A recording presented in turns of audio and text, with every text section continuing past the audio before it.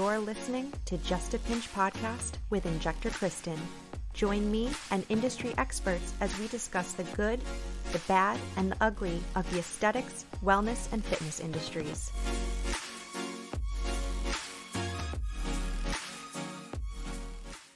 Today's episode is going to be about how to choose a safe and responsible provider and practice for your aesthetic needs. We're going to be talking a bit about bootleg aesthetics as well, one of my favorite topics. If you are a licensed professional working in this industry, you've probably heard and seen about some of these practices before, and they probably just grind your gears and make your blood boil. So we're going to talk about all of that.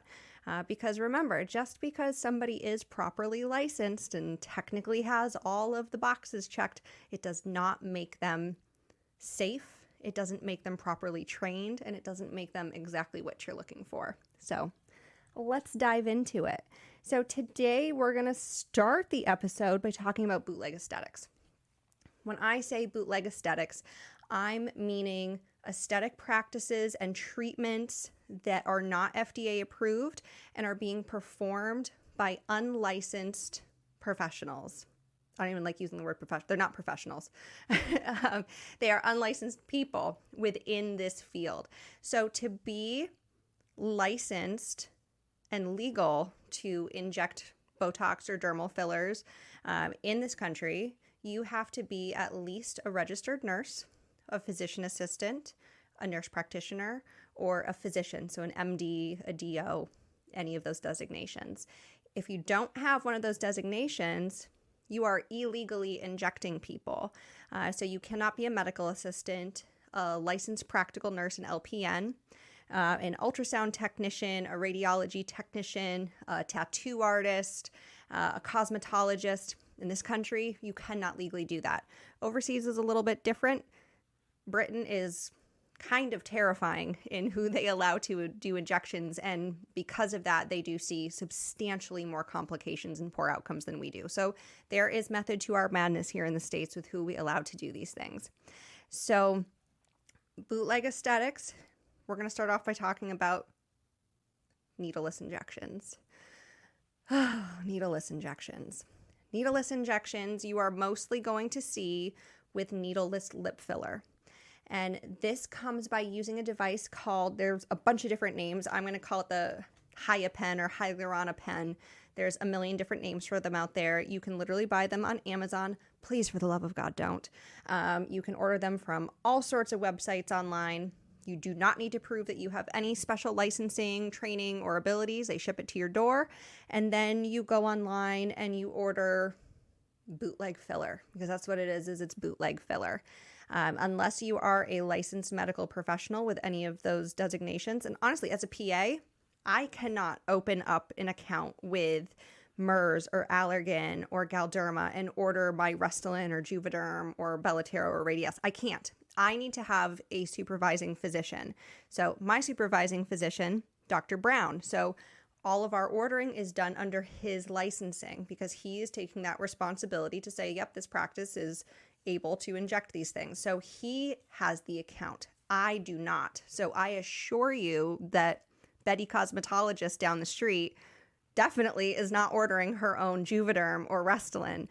Definitely not from the manufacturers. And if the filler is not coming from the manufacturer, you don't know what it is. Anybody can design a similar looking packaging and claim it to be one thing or the other, but unless you are ordering it from the manufacturer, there is zero way to know that what you're injecting is that actual product. And most of the fillers that you're going to see are going to be coming from China. I'm going to be talking about a case a little bit later in this episode. You can get filler for as little as $25 online. And that's terrifying to me. That is absolutely terrifying. You do not know what that product is. You don't know if there's been any safety testing. There's no regulations, and they're literally selling it to anybody. So stay away from that. So that bootleg product or filler, even if it's real filler, even if you somehow do get your hands on legitimate Juvederm, Restylane, etc., you load it up into this device, and there's a setting on it where they choose kind of the power of the pen. And then they hold it up to the lip and they push a button, and it uses high power pressure to then rocket propel this filler into the client's lips. Zero precision, zero accuracy. Precision, Kristen, hello. So you don't know what depth it's going at. And these practices are going to tell you up and down that, oh no, we control, we know, we've been trained, we know exactly where it's going. You know, we're really good at this. Look at my portfolio. I don't want to hear it. We have precision with needles.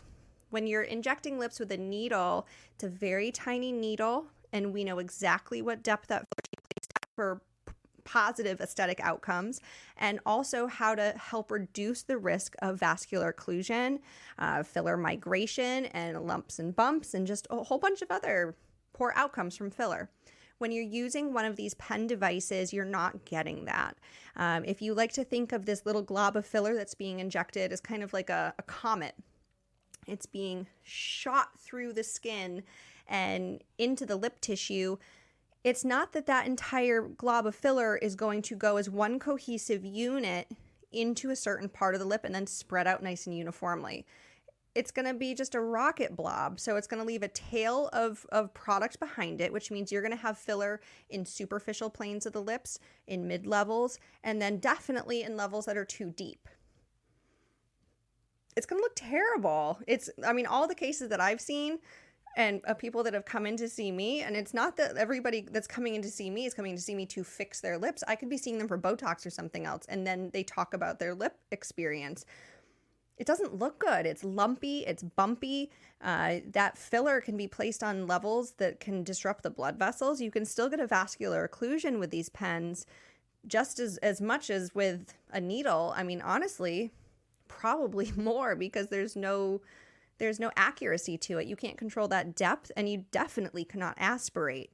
Aspirating is when we pull back on the plunger once we have that needle in place, and we're looking for blood return to go into that syringe. And if we see that blood return, we know the tip of that needle is in a dangerous place inside of a blood vessel. So you know not to push that product. You're going to take it out, reposition it, re-inject. Always after aspirating first.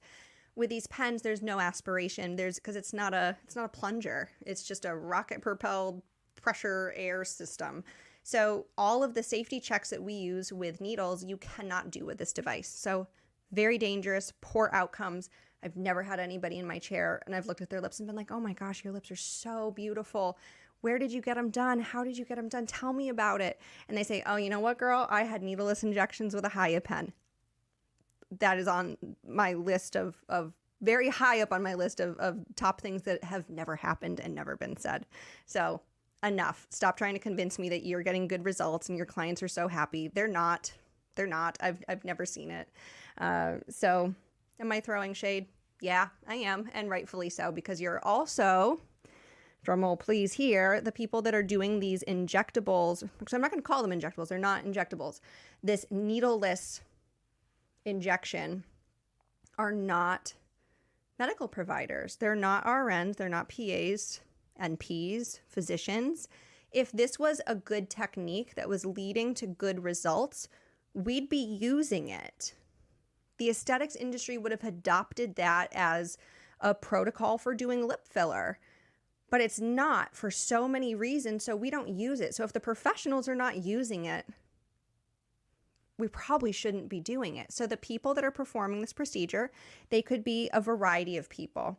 And I'm not pointing fingers in any one direction. I'm not trying to throw shade on these people. I'm just saying these are options of where I have personally seen it. And it could really be anybody. So they're often trained by other unlicensed, basically untrained people over a 1 to 2 day course. They could be medical assistants, tattoo artists, lash technicians, nail technicians, beauticians, cosmetologists, hairstylists. I mean, the list quite literally goes on. Microblading artists or tattoo artists. Literally any of them.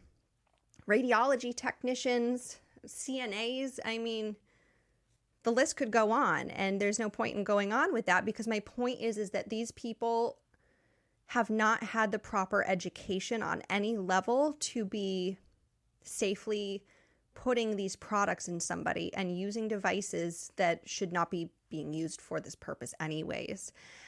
People are also using these pen devices for other reasons other than lip filler.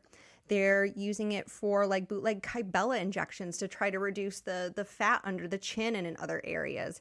Talk about no precision. Like, that product needs to go into the fat layer to actually A, do what it's supposed to do, and B, avoid a lot of complications and side effects. So useless. Don't do that. You'll oftentimes hear that being done as like fat dissolver or mesotherapy.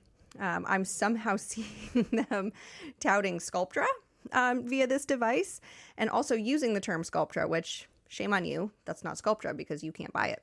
And that is extraordinarily high risk for nodules and complications and all sorts of problems. Sculptra is one of those substances that really needs to be placed on certain layers of the skin and at certain concentrations to be able to do what it's supposed to do. So just stop it.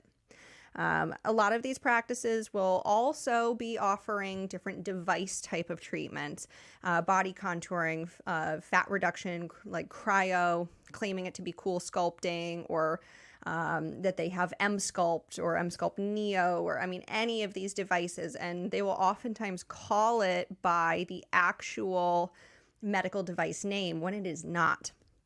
Similarly to being able to purchase like Botox and fillers and open accounts with these manufacturers, these devices are also medical devices. So not anybody off the street can just go on to AbbVie's website or Allergan and order themselves a cool sculpting machine, or go on to the M-Sculpt site and order an M-Sculpt machine for $275,000.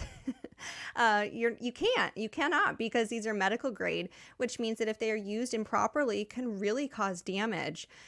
So if these unlicensed non-medical providers are claiming to have these devices in their spa salon business, it's not only false advertising, but they are quite literally trying to dupe you, and they're likely using a bootleg device that they ordered from China. These devices come from China. They are a fraction of the price. They may still think they're dropping money on it because it's a couple $1,000s. Some of these devices are over $200,000 a piece. And so if you're paying $5,000, that might be a lot of money to you. That's a drop in the bucket compared to what these actual legitimate devices cost. So be very wary of that. Unless you're going to an actual medical practice, a medical spa that has all of the checks and balances of licensed providers, and they have all of these things, they cannot offer those services. So that's my little bit on that. So now, actually, one more thing that I wanted to talk about when it comes to the needleless injections, especially for like lip filler, any type of filler where they're using it, is back to that thing of the vascular occlusion.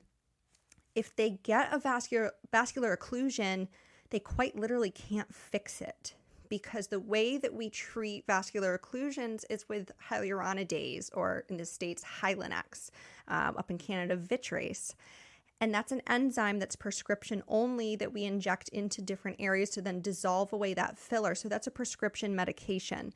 So once again, these people that don't have prescribing abilities, or working under the ability, or working under a physician who can order it, they don't have that. And anybody putting filler in somebody that does not have instant, immediate access to hyaluronidase is, in my opinion, full-blown red flags, waving everywhere for unsafe. And you should not be getting that done. You can cause a lot of permanent, irreversible problems with somebody if you cannot get them dissolved properly. And I'm going to go into next, talking more about the hyaluronidase and emergency protocols, because it's not just these unlicensed people doing bootleg aesthetics that have these problems with safety protocols and just overall safe practices. But that beautician, cosmetologist, tattoo artist, whoever it is that's doing these needleless injections for you, they literally cannot help you. And we can also only hope that the product that they put in you is indeed hyaluronic acid and is dissolvable. I've had plenty of people in my chair who we've been trying to fix, and we're trying to reduce these bumps and lumps and unsightly lips from having these needleless injections done. And sometimes you can't dissolve them because it's really not hyaluronic acid, and Hylenex only dissolves hyaluronic acid. So that's a really big problem. So if you needed another reason to say no to these places, that's another one. They can't fix a problem that they cause. And we can only hope that a real professional can help you, and we can't guarantee that. So when it comes to these needleless lip fillers, another point, bear with me. They still have all the side effects of getting your lips filled with a needle. You're still going to be bruised. You can still swell. You can still have pain. So everything that you would go through with getting your lips properly filled, but without any of the precision and without any of the positive aspects of it. So once again, add that to the list. So overall, if you're at your cosmetologist office, you're getting your eyebrows microbladed or lip blushed, you're getting your nails done and your lashes done, and they say, oh, hey, we also offer this. Say no. A lot of these places will not list it and put it in writing on a website or on their social media because they know it's wrong and they know it's illegal. And unfortunately, a lot of the health departments, it's not on the top of their list of things to deal with, and they're not going to be dealt with properly. So if somebody's offering you a service that is not on the menu, not listed on the website, and they have no rhyme or reason to be doing it and are unlicensed, freaking run away. Absolutely not. Okay, so next I'm going to be talking about a case of a lip filler gone wrong, not with a needleless injection system with actual needles, but to another point of red flags when looking for a provider. So there was a case that was brought to my attention in Connecticut a few years ago, right in my local area, where it was a friend of a patient reached out to me looking for help. She had gone to the home of this person for lip filler injections.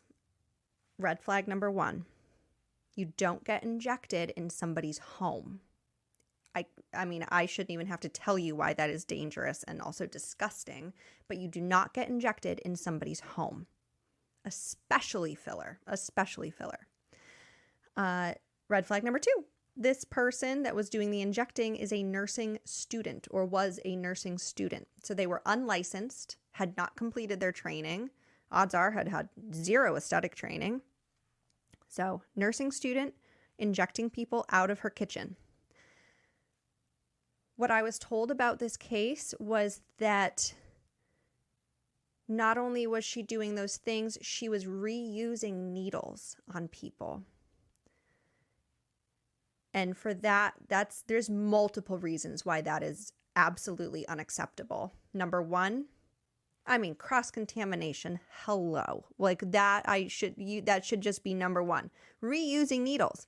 And the way she was trying to clean them in between patients was boiling them. So she'd have them in a pot of boiling water and then put them out on a paper towel to dry. So again, real sterile, real clean. So reusing needles. Number 2, I don't know about other providers, but when I'm injecting lips, I'm using multiple needles. I'm changing my needles constantly because they get dull really fast. And I mean really fast, like a couple pokes and you're ready to change your needle tip because it gets dull, it gets painful, you lose that precision. And she's reusing them on multiple people. I mean, unbelievable. So this poor patient went to this nursing student to have her lips injected, and the product that was put in her lips, and I looked this up, was quite literally $25 filler that was ordered online. It was either from Amazon or AliExpress or from China, one way or another, and it was $25 for a syringe. Quite literally, I saw it on sale for $25. I saw the picture of the box that it came in, and I looked it up, $25. So $25 filler was injected with dirty, dull needles in this woman's kitchen. I have no idea if any antiseptic was even used, if the skin was cleansed. I don't know anything about that. Clearly, there was no medical history taken, consents taken. I mean, the number of things that had not happened, I can't even imagine. But those are not even the important pieces here. And this poor patient ended up with an absolutely horrific, abscessed, infected set of lips. That filler got infected. Her lips got infected to the point where they were, like, weeks later, swollen like overstuffed sausages, to the point that they actually ruptured. And she had infected filler and pus coming out of her lips. And when she reached out to this nursing student about this complication, this student told her to put some bacitracin on it and thought that that was appropriate. Just put some bacitracin on it. I saw the text message thread. I saw screenshots. Like, I have the receipts, so I'm not making this up. Put bacitracin on it. Not, oh my gosh, you need to be seen by a doctor. You need to go to the emergency room or an urgent care, or you need to go somewhere immediately. Put some bacitracin on it. So, high quality follow-up care as well. I told this friend of this patient that they needed to immediately be seen for infection control and referred them off to be seen immediately. And then I also referred her to be seen by a plastic surgeon to help manage this, because I didn't know to what level follow-up this was going to require, or if it was going to need some serious incision and drainage and surgical recorrection. So that's what's happening here. I tried my best to report this case, but a lot of the times, even though the people that are getting these injections by these people, or they know of people that are getting injected in these places, they protect them. I think because they're more scared about getting in trouble, or I don't even know. I can't be inside the brain of somebody like that, but they protect them. Won't give out names, won't give out addresses. All I knew about this one was it was a nursing student from Rocky Hill. So unfortunately, I don't know now if this nursing student was able to get away with this. I watched the news and never saw anything. I tried calling the local health department. Of course, they were of no help because I was of no help. All I had was useless information to them. So I don't know what actually happened to it. And I can only hope and pray that she did not complete and finish her nursing degree. And I can only hope and pray that she is not a registered nurse now administering any type of treatments, cosmetic or medical, to any patient, because in my personal opinion, she should be in jail, because every single thing that she did was illegal on every single level, and she harmed somebody and took zero responsibility. So I don't really know what to say from there. So how do you find a safe and reputable practice? You know, I don't say all these things to scare you, but I say all these things to scare you, because it's so important. You only have one face. You only have one you. And poorly injected filler and dangerous filler and filler complications, even filler done with the utmost care in the best hands, can still lead to life-altering and life-changing complications. But when you're not licensed and you're not properly trained, your chances go up even more.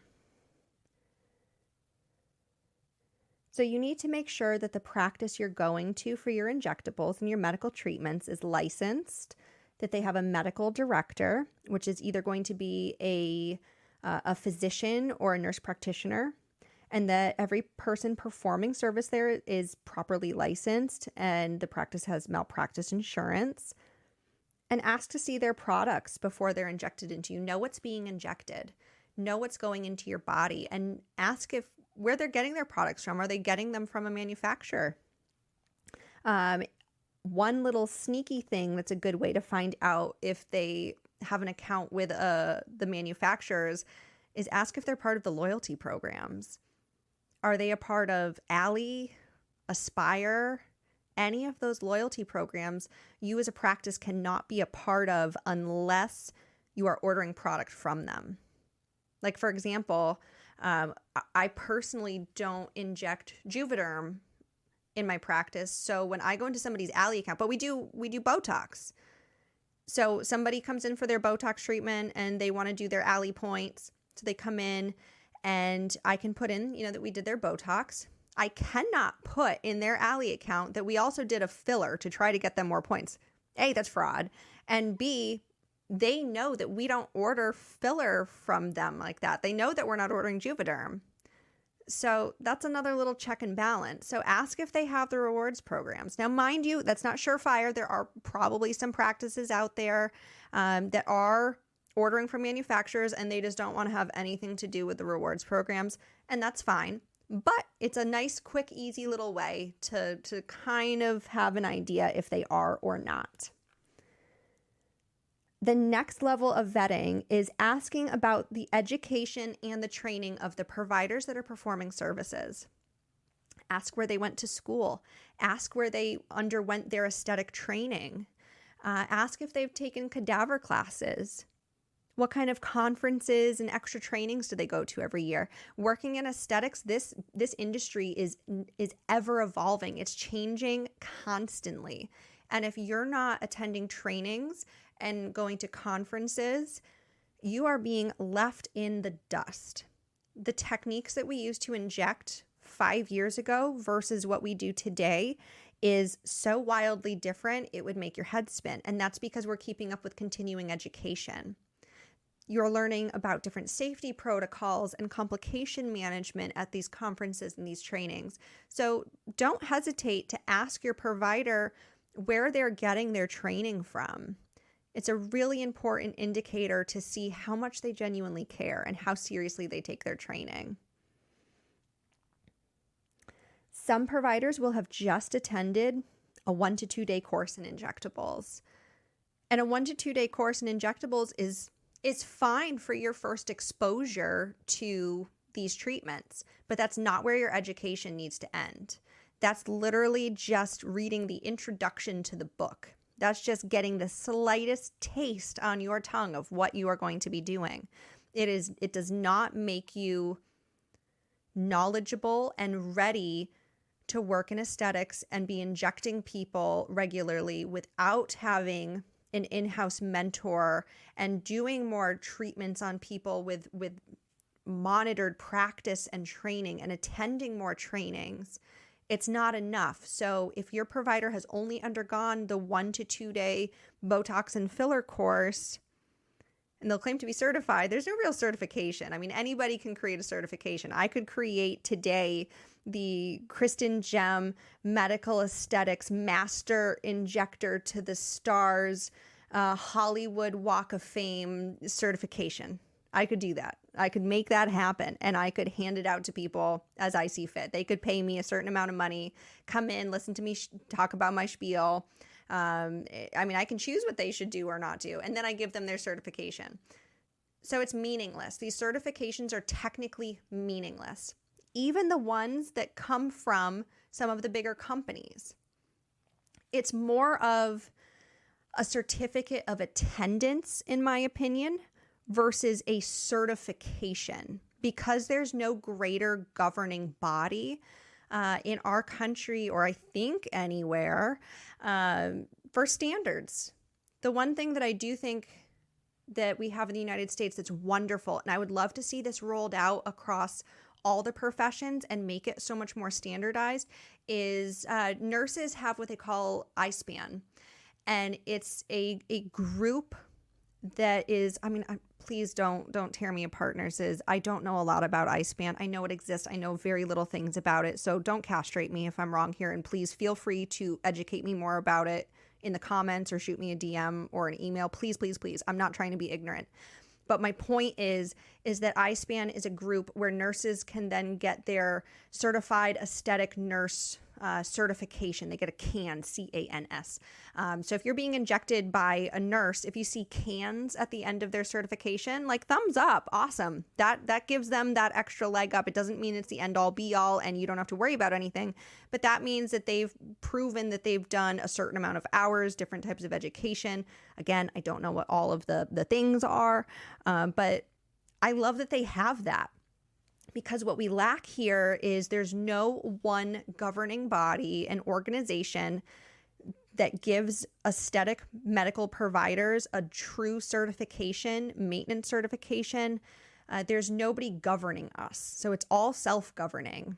And that's why there's so many unsafe practitioners out there. So in my opinion, we need a body that can do testing. Like I would love it if we had a board certification in aesthetic medicine, but we don't. And even plastic surgeons and dermatologists, they may be board certified in that field, but that doesn't necessarily include aesthetics. Aesthetics is really its own rogue cowboy Wild West thing. I've seen plenty of poor work come from the hands of dermatologists, board certified and board certified plastic surgeons. This is throwing no shade at them, but I'm saying that it exists. And we've all seen poor work come from these physicians. And I have seen knock it out of the park, home run, absolutely stunning, safe, beautiful work come from registered nurses. So some doctors will tout themselves as being better trained and you're better in their hands than anybody else's, and they think that you should only be seeing a physician for these things, and that's untrue, that's unfair, and that's false information. It doesn't matter what your medical designation is. What matters is your continuing education within aesthetics, because just because you're board certified plastics, board certified derm, board certified whatever you want to be board certified in, it doesn't make you proficient in aesthetic medicine. I hope that makes sense. I hope I'm not being offensive. I'm not trying to be. I'm trying to be realistic here. So it would be amazing if we had that. And I want patients to realize that that doesn't exist. So you're going to see master injector certifications, and I'm a master this and a master that, and it's goofy. You can be a master supernova fucking spectacular. I mean, it's goofy. It's goofy. I mean, like I said, so take these certifications that people claim that they have and look at them more as certificates of attendance versus a certification. They're good. They're absolutely good. It shows that they're doing ongoing maintenance and they're doing education, but they are not certified in anything. A really important thing that I want all patients to ask their providers is, what's your emergency protocols? Knowing this before they put a needle in you is so important. Ask how much hyaluronidase they carry in their office, and if they have experience treating complications and emergencies. Just because they keep Hylenex in stock doesn't mean they have any flippin' clue how to use it. It doesn't mean that they need to have had a vascular occlusion in the past. They need to be trained and undergone training and know how to treat them. So ask your provider. Ask them that. I have what I like to call an oh shit kit. It literally says oh shit kit on it. And it is for all things complications and side effects. We keep epinephrine in there, vials of epinephrine, EpiPen auto-injectors, steroids, hot packs, cold packs, all sorts of cannulas and needle sizes, syringes of all size, bicarbonate, saline, bacteriostatic water.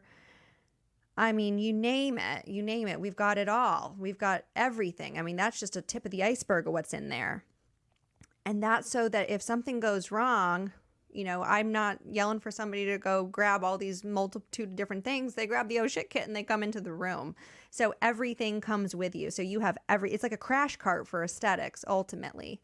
And I think that that's really important to have too. Everybody will have their own different types of safety protocol. I'm not saying you need to have an oh shit kit, but that's what works for me, and you need to do what works for you. But as a patient, you need to ask. These are super important questions to ask.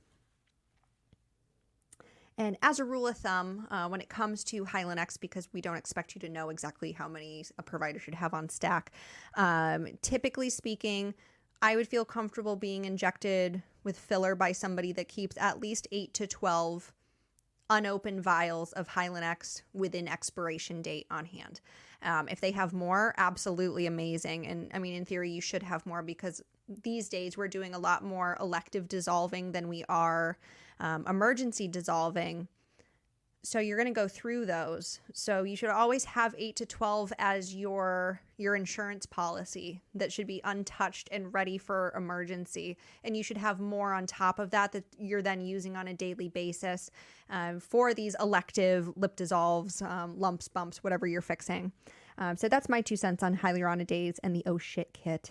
A really important thing that I want to bring to light And another injector who I really respect brought this to light this past summer. Her name is Injector Zoe.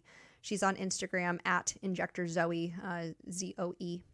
And she's fantastic. She's a DNP. She's a licensed nurse practitioner. She has experience in primary care, internal medicine.